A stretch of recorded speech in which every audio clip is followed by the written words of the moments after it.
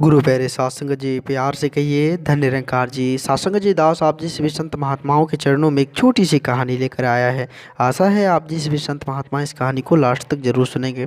सासंग जी, बात एक गांव की है। गांव में एक महात्मा जी का आश्रम था। महात्मा जी बहुत ही नेक दिल इंसान थे, बहुत ही अच्छे विचार से थे।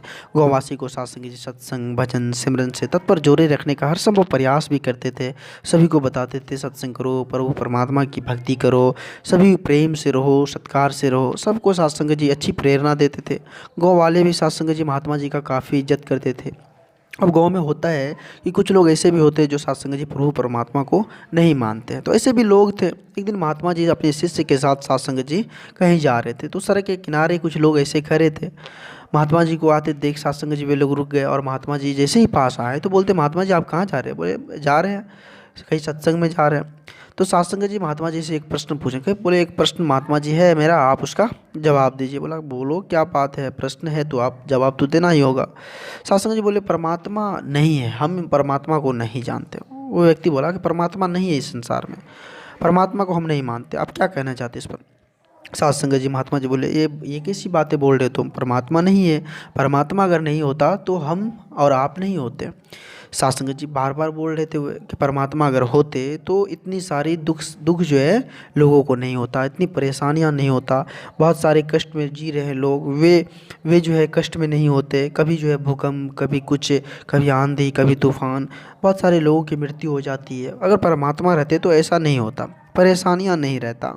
आप कैसे कह देते हैं कि परमात्मा है? सत्संग जी महात्मा जी उसे बहुत प्रयास करके समझाने की कोशिश कर रहे थे कि आप इस तरह मत बोलिए, परमात्मा है, परमात्मा है।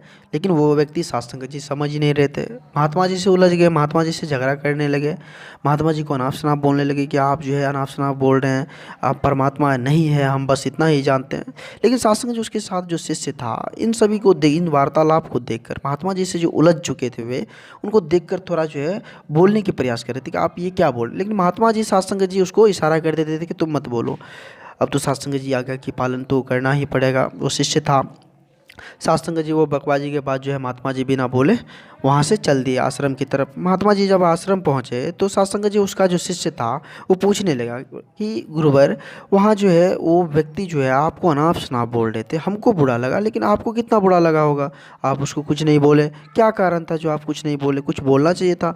बोल रहे थे कि अगर, महात्मा जी उसको समझाने लगे, अगर उसको कुछ बोलते तो बात बढ़ जाती, बात दुगुना बढ़ जाती। हम नहीं चाहते थे कि बात बढ़ावा हो। अगर वो गलत है तो हम गलत के साथ कुछ वार्तालाप को आगे बढ़ाएं तो वो गलत ही होगा। सत्संग जी महात्मा जी उसे समझाने लगे कि वे इस बात को नहीं समझ पा रहा था, तो हम कैसे उसको जो है कुछ बोले, अगर बोलते तो वो सुनते ही नहीं, इसलिए हम कुछ उसको नहीं बोले।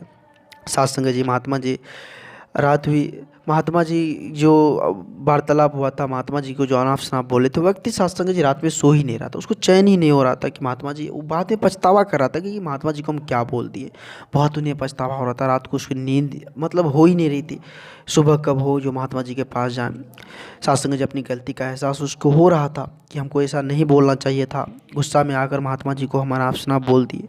सुबह हुई, सत्संग जी सुबह होते ही वे महात्मा जी के पास पहुंच गए, महात्मा जी के चरणों पर जाकर गिर गए। बोले कि ये क्या? बोला महात्मा जी आप हमें क्षमा कर दीजिए गुरुवर, हमसे बहुत बड़ी भूल हो गई थी, जो आपको हम अनाप शनाप बोल दिए, गलत भला बुरा बोल दिए, आप हमें माफ़ कर दीजिए, गलती हो गई थी। सत्संग जी वैसे तो महात्मा जो जो भी होते हैं, जो संत होते हैं वो नवनीत हृदय के होते हैं, उनको माफ़ कर दिए सत्संग जी। और सत्संग जी उसको समझाएं कि जो क्रोध होता है, क्रोध, अपने मन का जो क्रोध होता है, उनको जल्द से जल्द अगर हम निकाल दें तो हमारे सामने जो भी परेशानियां जीवन का होता है वो ख़त्म हो जाता है। इसलिए हमें क्रोध को जितना जल्दी हो सके अपने अंदर से निकाल देना ही फायदेमंद रहेगा।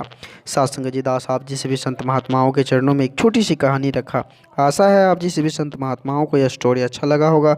अगर अच्छा लगे तो सभी संत महात्माओं के बीच शेयर करें और दास के चैनल को सब्सक्राइब करना ना भूलें। सत्संग जी प्यार से कहिए धन्य निरंकार जी, धन्य निरंकार जी।